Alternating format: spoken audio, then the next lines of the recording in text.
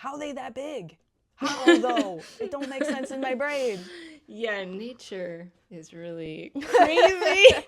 The craziest stuff. Nature be crazy, bro. No, but seriously. Hi, I'm Barrie Rose, and in this podcast, I talk to content creators and advocates in the progressive space, ultimately making the world a better place. Today, I have a really fun conversation with Alex about activism through content creation and in real life on a local level, connecting with people and doing on the street interviews. And towards the end, we figure out that trees are actually gay. Enjoy.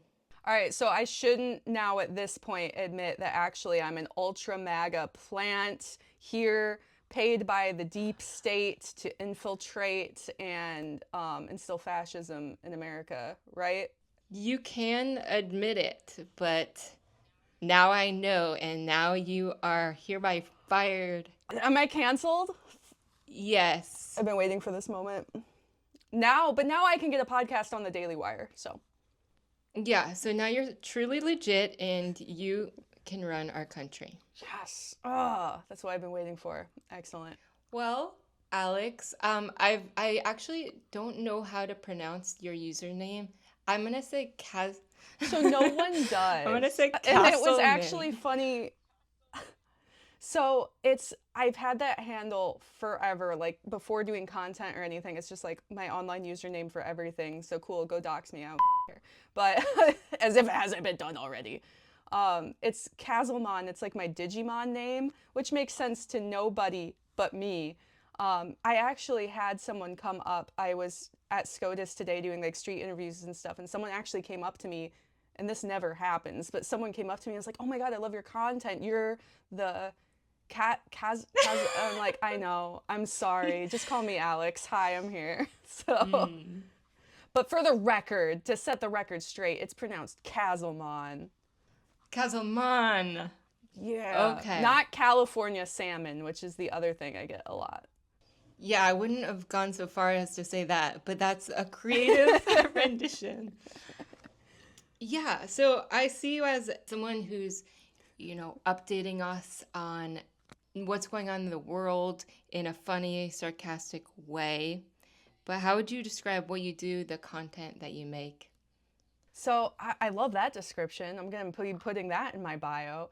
Yeah, though, I identify as like a progressive. I usually tell people where I'm at politically is like, imagine a Bernie Sanders type. So what I really try to do is just be putting out the news in a way that is either putting that in a progressive lens and that perspective, and highlighting how progressive policies can help better our futures, and also just breaking down with jokes. The MAGAs do make it easy. There's just never-ending fuel to the fire there, but I feel like, especially now with Trump back in office, the never-ending news cycle, it's always something horrible coming out of the White House. Having a sort of laugh about it together is a good way to cope, but also be staying informed. So that's what I try to do. I really just vibe with whatever I'm like, feel like posting about today. Yeah.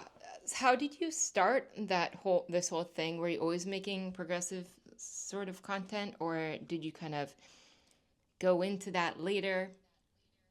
How did you even start? So I started making content in 2022, and it's weird because I came at it from a political activist background. Like, I did work in a volunteer capacity for the Bernie Sanders campaigns both times, and was just engaged in my community in different avenues. I worked professionally on the Prop 3 campaign in Michigan in 2022, which was a ballot initiative to codify abortion rights and reproductive rights in our state constitution. And it passed. You have me to thank personally. Oh my gosh. No, it was a fantastic team of people working on that. And it was at that time when Roe was being overturned that I started getting more invested in TikTok. In fact, when the leak came out that Roe, because there was a leak before the decision happened, right? It got leaked to the press that Roe was going to be overturned. And I had like a rage call with a friend, and we were just like, let's just drive out there, because I was still living in Michigan at the time, and we drove the 9 hours out to DC to like protest at the Supreme Court. And I just took some B-roll footage that day, of just protesters and stuff, and I posted it on TikTok, and it got like 1,000 views. And at the time I was like, oh my God, like I was showing this to my friends, like 1,000 people watched my video. This is crazy.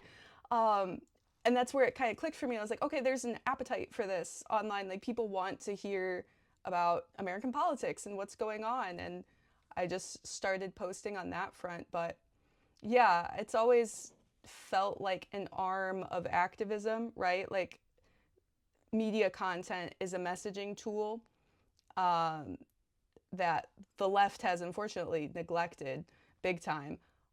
So being able to put out progressive messaging with that platform, I definitely see it as a privilege. And I still, even now that I'm doing content full time as my job, like I look at that as like, I still look at myself at least as like activist first, content creator second, and the content is a way to be trying to have social impact. Okay. You just said a million things that I like. I have a tendency to do that. It's great. I just had so many thoughts on different aspects of what you said. I had to grab my notebook in the midst. Yeah. Well, first you worked for Bernie Sanders' campaign, and that's really amazing. I feel like Bernie Sanders and AOC and like Cory Booker, I feel like they're keeping me really grounded at this time. But also, it's cool that you worked on codifying abortion. This was in Michigan, right? Yeah, so it was right after Roe v. Wade was overturned, right? And luckily in Michigan, so not every state has this, but there are states where you can amend the state constitution via ballot initiative. Michigan is one of these states. So first you have to collect signatures on a petition and reach a certain threshold. I'm forgetting the percentage now because it's been so long, but it's a certain percentage of like how many people voted in the past gubernatorial race, to get really technical with it. But you need a certain threshold of ballot petition like signatures. So you're literally just out on the street with your little clipboard and be like, hey, can you help us get this on the ballot? Once you reach that threshold, you can then have it on the ballot, and it can pass by simple majority. So 51% of the votes. And you can amend your state constitution, which is excellent. And luckily, in 2022, there were people in the state of Michigan that saw the writing on the wall. They saw this case progressing through the Supreme Court. They knew the political climate, and they knew with Trump's Supreme Court picks that they were primed up to overturn Roe v. Wade. So they had already started the process of this, right? Because it was March that the decision leaked, and then like June that the decision was official. And they were collecting signatures before the decision to overturn Roe was even official. So they were ahead of the game in that way, where we were able to luckily very quickly get this implemented in that couple month gap between Roe being overturned and this amendment being adopted and voted on by the people. There was a court injunction like, well, hey, this is going to be on the ballot, so we'll pause this. So reproductive care and access to it was not interrupted in the state of Michigan, fortunately. There were a couple other states that were able to do the same thing and really get the jump on it. And we've seen initiatives since then, like 2024. A lot of states were doing the same thing of trying to put this up to the voters, like Florida, for example. Of course, there you had boy DeSantis being like, no, actually, it needs 60% to pass. Yes, and let's change the rules. Yeah, actually, that happened in Ohio too. And that's actually how I got into progressive issue creation, content creation, because that was up on the ballot. It was issue 1. And so I started making a lot of videos to get issue 1 passed. And I think it was definitely a collective effort, but it did get codified in Ohio's constitution. So that was great. I remember the in Ohio, and they had 2 issue 1s. So the first issue 1 was like in the summer to be like, we're going to change it to a 60% majority. So everyone's saying like, no, vote no on that. But then in the fall, just a couple months later, it's like, okay, now you need to vote yes on issue 1. Like, all Yeah. of this scheming trying to subvert the will of voters. Because I mean, it's despicable. Abortion rights in particular, you look at polling and it's like 81% of Americans believe medical decisions should be made with a doctor, not their politician, right? And that's Mm. really what it boils down to. Yes. Yeah, the majority of everyday people do believe it should be the person's choice, not some random person in government's decision. But Republican politicians have big feelings about women's bodies, so here we are. Yeah. Yeah, they do have big feelings, and that's what we're combating. Yeah, so great job what you single-handedly did in Michigan. No, I'm just kidding. Me, 100% credit. Just kidding. So now you're in DC. Yes, yep, I moved out here in August of last year, so definitely an interesting time to now live in DC. Yeah, do you feel like a lot of your time is, or a lot of the content you are making seems to be on the street, interviewing people, kind of doing like these quick fire rapid response things? How do you go about just interviewing people on the street? Do they even know before you go up to them? I do. So I do intro myself. I know other people that do street content too, like Walter Masterson. Like he'll just walk up to people and start talking. I usually break in and be like, "Hey, I'm Alex. I cover political news and politics." And sometimes people don't want to chat, and that's cool. I try to target events that I know people are geared up and dialed in, like rallies and stuff where people are out for a specific cause. Um, but honestly, it's the funnest part of my job. Like I was down at the Supreme Court today because they're hearing a case brought by South Carolina suing Planned Parenthood to basically say like you can't use Medicaid funding for anything. So abortion, it's already prohibited to use Medicaid funding for abortion. They want to make it so like a facility that provides abortion care can't take Medicaid funding at all. So even if that funds are for like birth control, STI testing, cancer screenings, and these clinics are serving low income people for these things. They want to say, nah, you can't do that actually because you do abortions too, and that's icky. We don't like it. So the Supreme Court was hearing that case today, and I was down there. Um, yeah, and it was a fantastic crowd. Everyone's like amped up, and it gives me a chance to like highlight the issue they're there about, or if I'm just talking about politics generally, that's usually the place to go is where people are rallying and ready to go. So it's a fun time. I'm very extroverted too, so I like chances to get out and talk to people. Like the rest of my job is all at home remote, which you can pry remote work from my cold dead hands. There's no way I'm going back to an office, but um, I do like the chance to get out and actually talk to people. Yeah, I know what you mean. It can be kind of isolating as a creator just to be in your own home and just to film all the time Yeah. by yourself, and you could do your whole career just not leaving your room. Yeah. I mean, Exactly. yeah, I feel lucky that I mean, I have a partner that also does content creation and we can talk, but still like connecting with other creators and people is really fulfilling in a different sense. It makes you feel like you're Yeah. not alone. But And I'll meet a yeah. lot of really interesting people too that are either like activists or they just have like a really unique story that brought them out.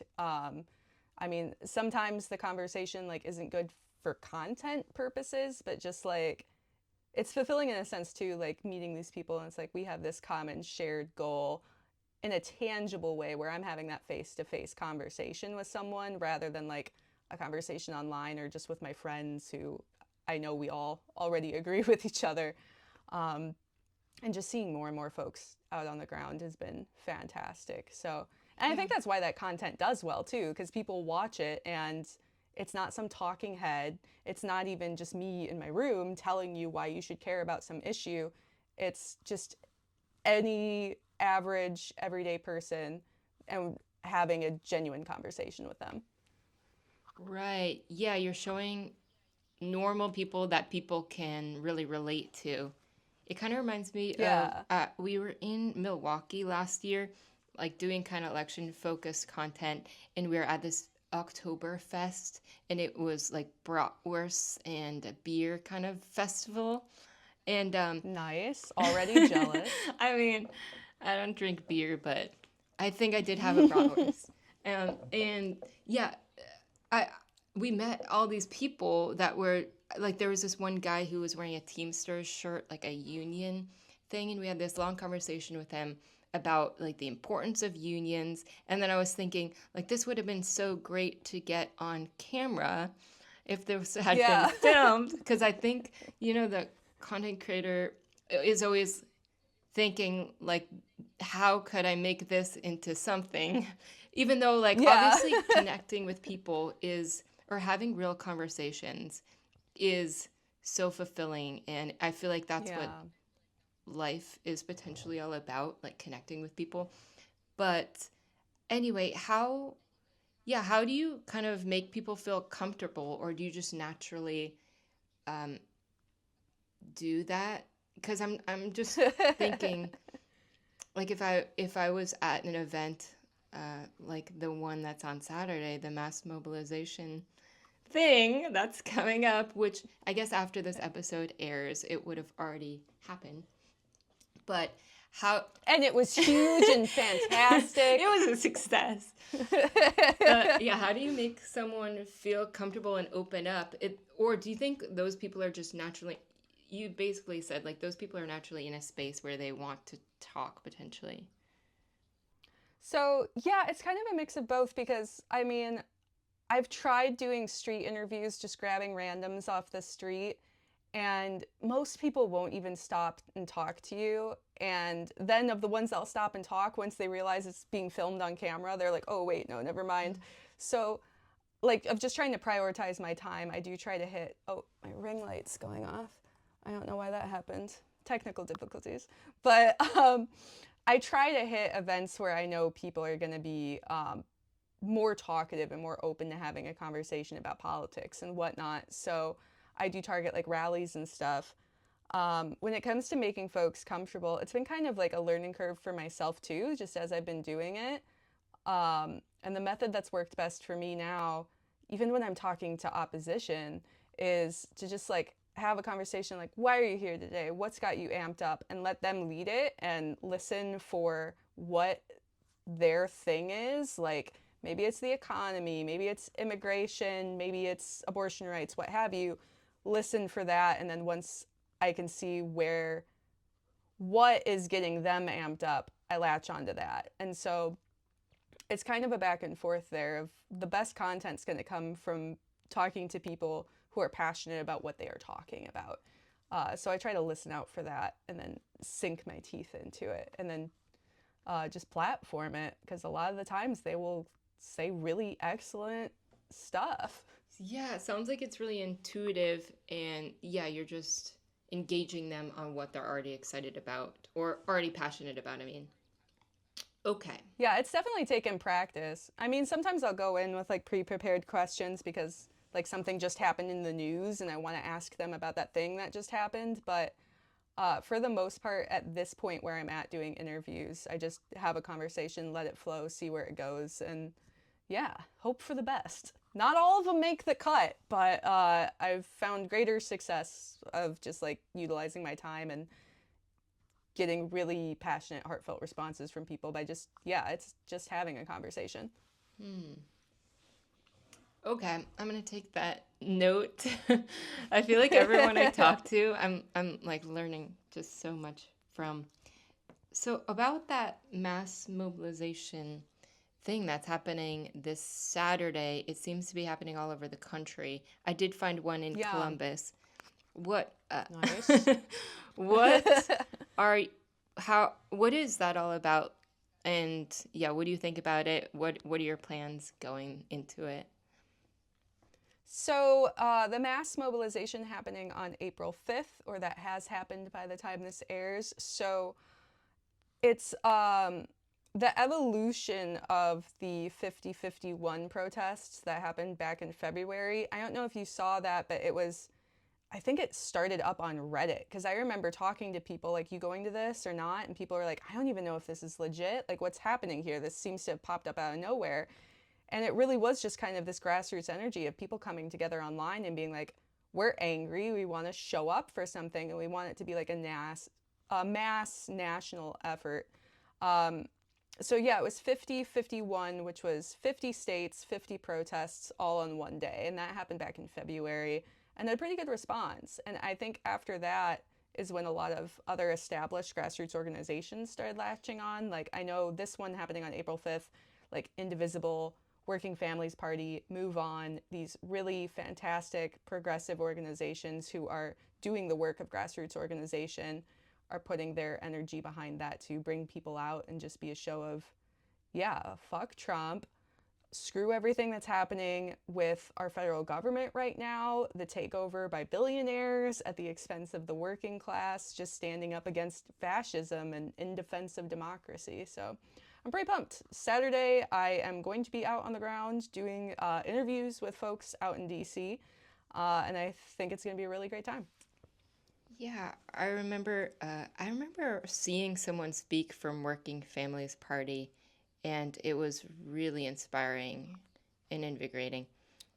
But yeah, that's really awesome. It seems like the activism part is so apparently clear that you're creating content obviously, but you're involved in a big way as well, like on the ground floor in the grassroots movement sort of thing you spoke of.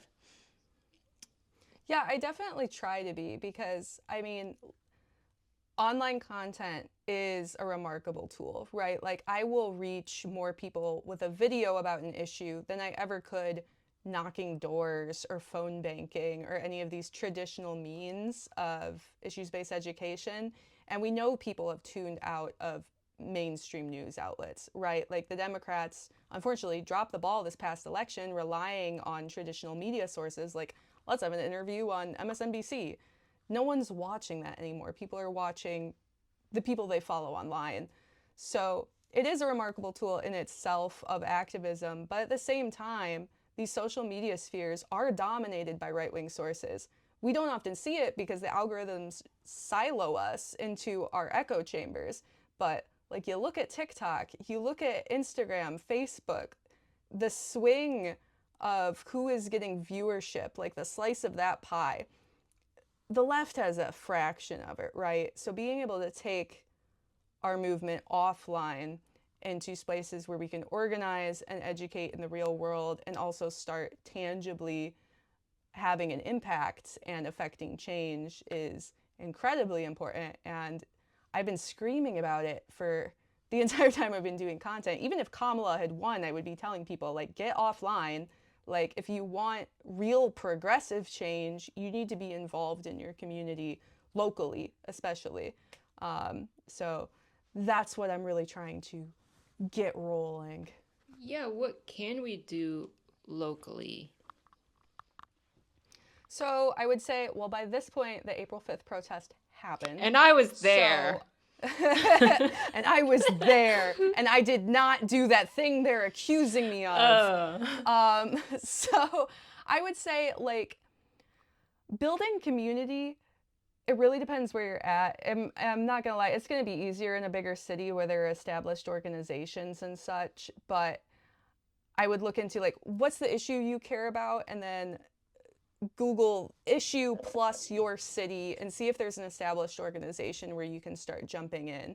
You might not have that where you're at if you're in some rural area, but I will say groups like Indivisible, they are helping people build up local chapters. So if you look and there's no local Indivisible chapter by you, maybe that's an organization you're interested in starting one. Everyone shit talks the Dems and like local Dem clubs, but let me tell you, these are the people on the ground doing the work to get your local representatives elected and fundraise for them and community outreach. And a lot of times your local Dem club, it's a group of middle-aged white women, and they're powerhouses. They are organizers that will make you like, whoa. But if we want our voices heard and to start putting in younger voices and progressive perspectives, that's a great place to break in and start being that voice. And if all else fails, just building community can seriously be as simple as just like getting to know your neighbors, go to a cooking class or a theater class, or like literally just making friends who have shared values and experiences and coming together and being like, okay, well, our little collective, it feels like a bubble because it's me and my 5 friends, but we can make a stand and we can come together and look at ways we can make change. Maybe get together phone banking for a local candidate, whatnot. And that's kind of the great part of activism. It's flexible to whatever your capacity is and what you have available to you. I think the most important part is just making an effort to, even if it's like a couple hours once a month, just making the effort to go out there and try to be part of that change.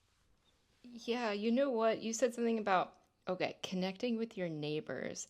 And it makes me realize that activism or participating in your local community doesn't need to be this huge endeavor.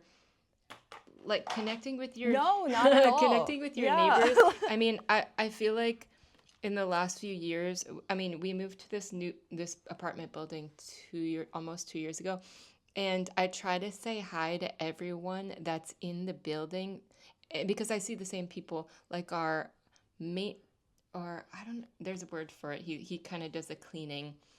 It's a new word I learned. Um, it's not the maintenance guy, but uh, I'll have to remember. Let's call him just the cleaner guy. We'll call him Well, his Joe. name's No, Dan. he needs like a cool name. His name's Okay. Oh, Dan. he has We a could real just use name. his. I hope Dan listens to this one day. He's so cool. But Dan has become a friend that I always say hi to. We have conversations, and um, he's just a great guy. Or this other lady in the gym I see all the time, or this older lady who got her bike stolen. It's just, I feel like communicating with your neighbors it seems so simple, but I think it's a way to make the to start right where you are, making the Yeah. change you want to be. Like, I want to live in a kind world where we support each other. Okay, I can say hi to my neighbor. It's quite Yeah. simple. It really is that simple. And another thing, like, I have like talked about with people, like, I mean, people will be like, oh, to be like an activist, you need to be like getting up on a stage and having like a huge speech and putting together rallies and doing all this work. It doesn't necessarily have to be that. Like, it can literally be as simple as having conversations with your friends and your families about like the issues that matter and why they matter to you, why they affect you, and like leave parties out of it, leave the political buzzwords out of it, but even just things as simple as just like, yeah, I'm worried about abortion care because if I got pregnant, I can't have a child right now. Or I'm worried about LGBTQ rights because I am an gay person and I want to be able to marry my partner in the future. Like, personalizing it with the people immediately in your life. And it seems like no big deal. Like, oh, that's just my friends or like my MAGA dad or whatever. And they might not change their mind. And they might not, but you're the one planting the seed. And I will say, if anyone can change minds, it's going to be the people that they are close to, right? Like, I've gone to MAGA rallies across the country. I was at CPAC, like debating people, and I'm not going to change anyone's mind there at all. But their sister might, or their brother, or even that their neighbor that they get along well with. Like, the people you know personally, you just innately hold in a higher esteem. And when they tell you, like, hey, this policy scares me because it's going to hurt my life, they hear that in a way they don't with other people. So, seriously, just straight up, as simple as having conversations that might be difficult to have. Of course, there's a safety level to that, right? Like, not everyone, especially if you're like a marginalized person, you may not have the safety and comfort in your community to do that. But I could say myself as a white person, yeah, I'm gonna like go out and have those conversations because I have the privilege of not being at risk for having them, if that makes sense. Yeah, totally. And yeah, we definitely are affected by the people in our closest proximity.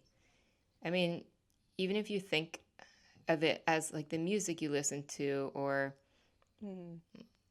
the the clothes you wear or whatever, like your friend group or your family can make, I don't know if that was a great example, but your friends or family can make a big impact on what you do or how you think. Yeah. I was wondering how, like, I feel like you are extroverted and you're doing a lot actively. How do you stay balanced and grounded and sane through everything that's happening? I'll let you know when I figure that out. I mean, a lot of it, I would not recommend my lifestyle to anyone else from like a mental health perspective, just because it is a lot of constantly being entrenched in oftentimes horrible news, and trying to decipher that and then dive deeper into it so I can be informed enough to inform an audience. That ain't normal. That ain't healthy. I think our 24/7 news cycle is not normal or healthy for an individual to keep up with. Um, so for myself personally, like I do this as a job. It's kind of like a necessary evil, at least, for me to do the work that I'm doing. But if I'm trying to step away and like give myself a break, I really try to prioritize activities that keep me offline. Like I'm really into hiking. I love just being out in the woods and I have no cell signal and I don't have a podcast on, anything. I'm just in the woods. The only thought in my brain is like, hey, that moss is pretty cool. And just like existing in the world where I'm not thinking about politics, I'm not thinking about news, I'm not like, oh shoot, how many comments or likes, whatever, how's that video doing? I'm not thinking about, I'm trying to just very much like center myself in the moment, and turning off online media is how I try to do that, at least when I get the chance to. I told myself, I was just like, oh yeah, after the election, like things are gonna die down. It's gonna be so much easier.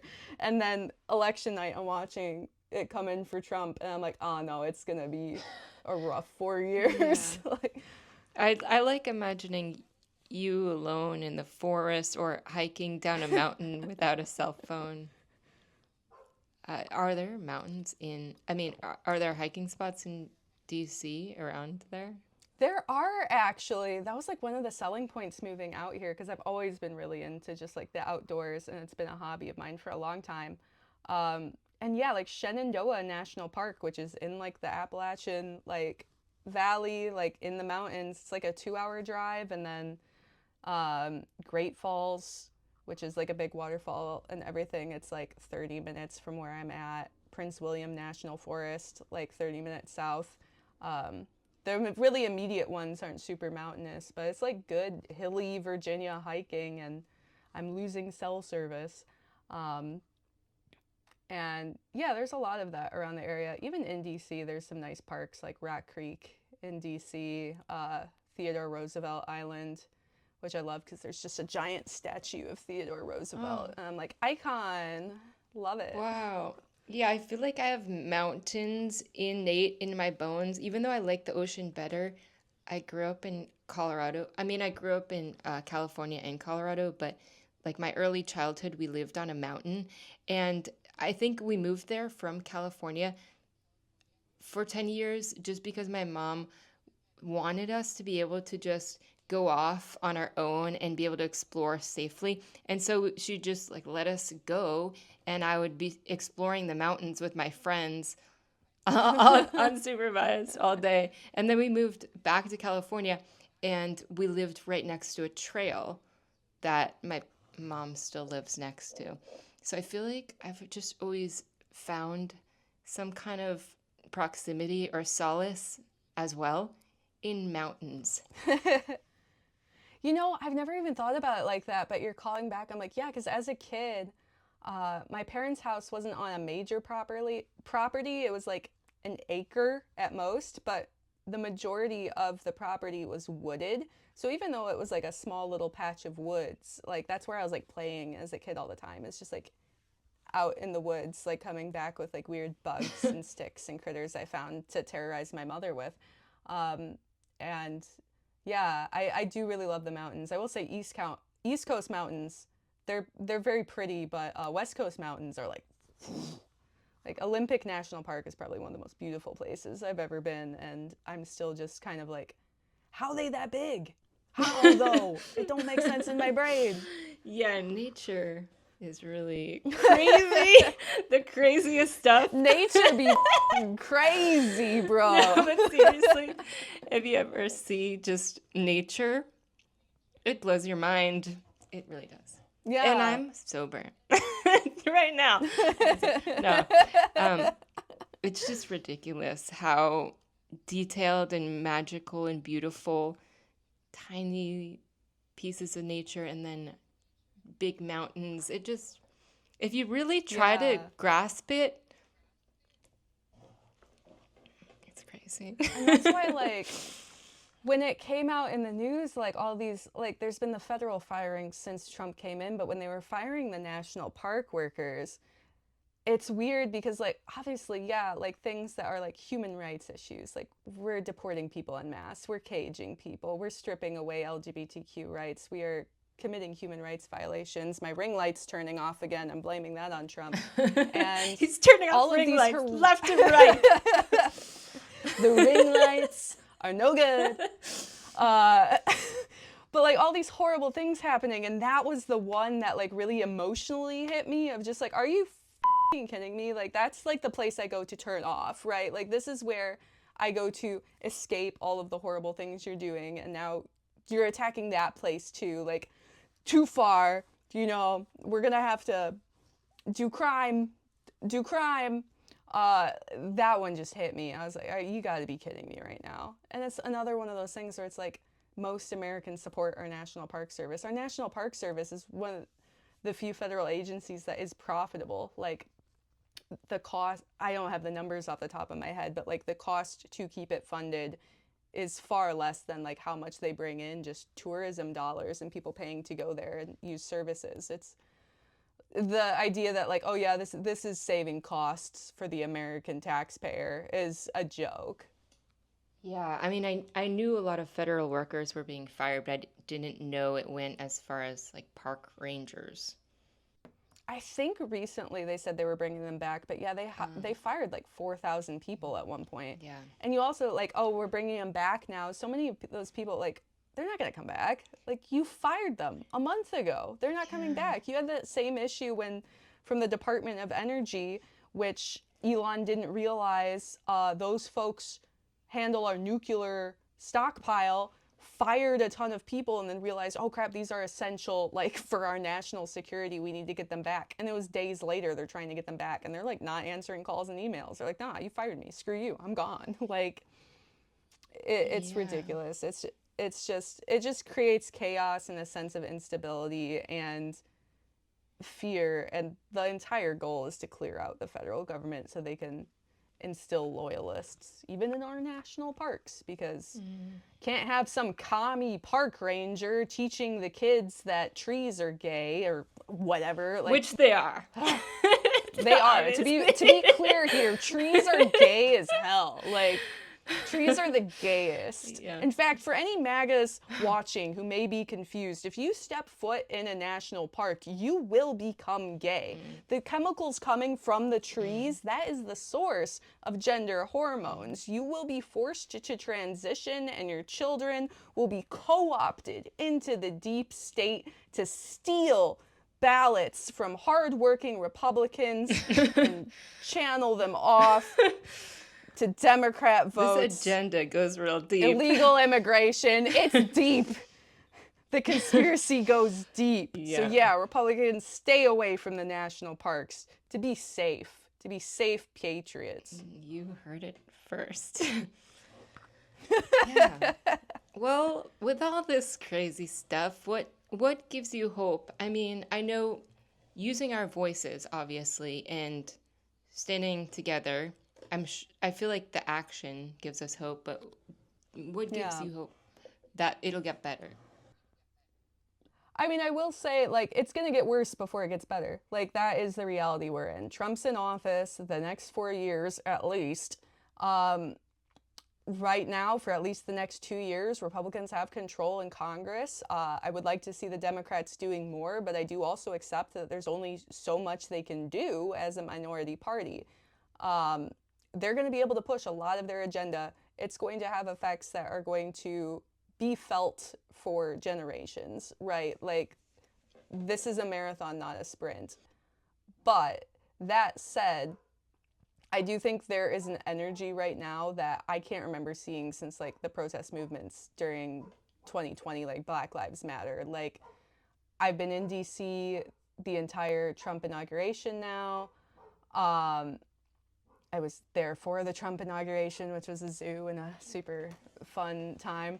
Um, but every protest I've seen in the DC area that I've gone to since Trump was inaugurated, like each time it's a bit bigger and bigger and bigger.